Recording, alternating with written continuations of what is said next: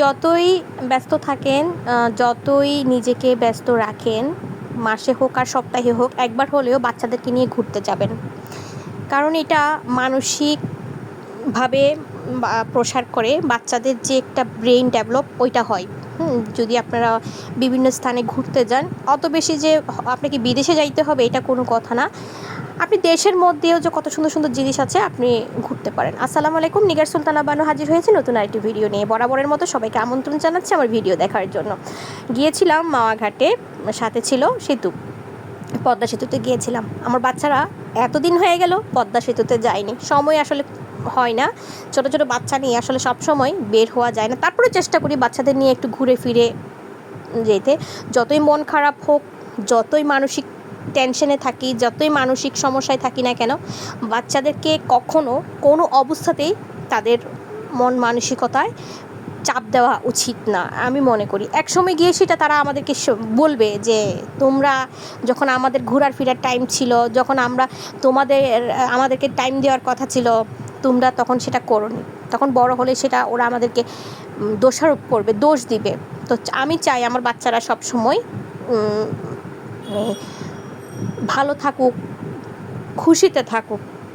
আর ঘোরাফেরা করা, মাঝে মাঝে একটু জার্নি করা বা ভ্রমণ করা আসলে বাচ্চাদের যে ব্রেনের একটা ডেভেলপ করে, ব্রেনের উপরে চাপটা কম পড়ে, ওরা হাসি খুশিতে থাকে। আবার পড়ালেখার প্রতি যে একটা আগ্রহ ওইটা কিন্তু বেড়ে যায়। আর বিভিন্ন জায়গায় যদি বাচ্চাদেরকে নিয়ে ঘুরতে যান, তারা অনেক কিছু দেখতে পায়। এই যে আমরা এখন পদ্মা সেতুতে গেলাম, এটা সে জিজ্ঞেস করতেছিল, বিভিন্ন রকমের প্রশ্ন করতেছিল, আনসার করতেছি, উত্তর দিচ্ছি, ও জানতেছিল যে এটা কেন, এটা কেন। তো আসলে খুব ভালোই লাগতেছিল। আর বাচ্চাদের যে খুশি এটার জন্য খুবই ভালো লাগতেছিল। আর পরিবেশটা এত সুন্দর ছিল, বিশ্বাস করেন এত সুন্দর ছিল পরিবেশটা। তো পদ্মা সেতু থেকে গেলাম, তো পদ্মার পাড়ে গেলাম, তখন দেখলাম যে এত মানুষ, এত ভিড়। তো বেশিক্ষণ ওখানে ছিলাম না, আর গরম লাগতেছিল বেশি। তো ওইখান থেকে গেলাম আমরা ইলিশ খেতে।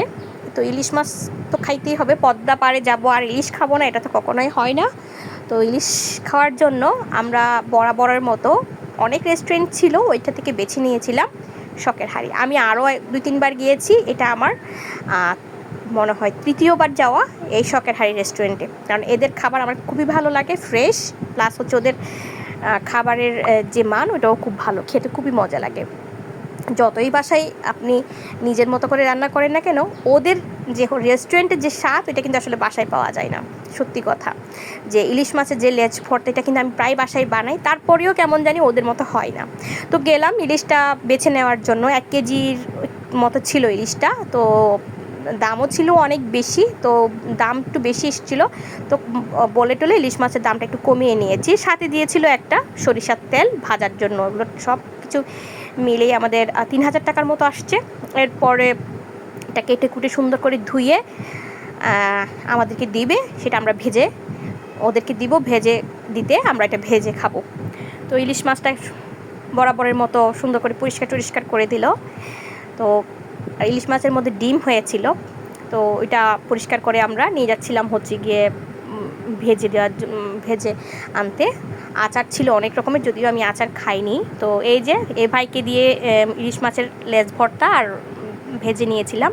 তো এই ভাইকে বললাম যে মাছটা একটু কড়কড়া করে একটু ভাজা, মানে একদম মশমশা করে ভেজে দিতে, যাতে করে আমার বাচ্চারা খেতে পারে। কিন্তু ইলিশ মাছের কাঁটা একটু বেশি থাকে, তো ওইভাবে ওনারা সুন্দর করে ভেজে দিয়েছিল।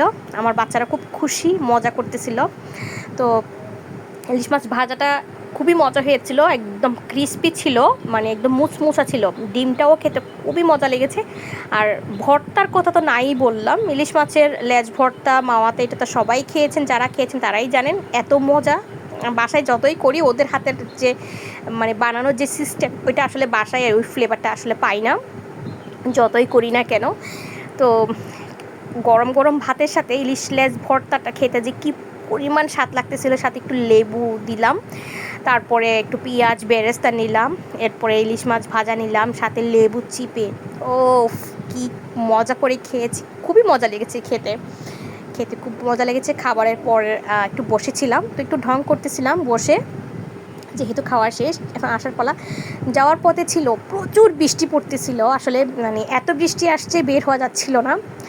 তো বৃষ্টিটা আসাতে এতই ভালো লাগতেছিল, খাওয়ার পরে একটু বৃষ্টি, বাসায় যাব, ঠান্ডা একটা পরিবেশ, খুব ভালো লাগতেছিল। আজ এই পর্যন্ত, সবাই ভালো থাকবেন, সুস্থ থাকবেন। আসসালামু আলাইকুম।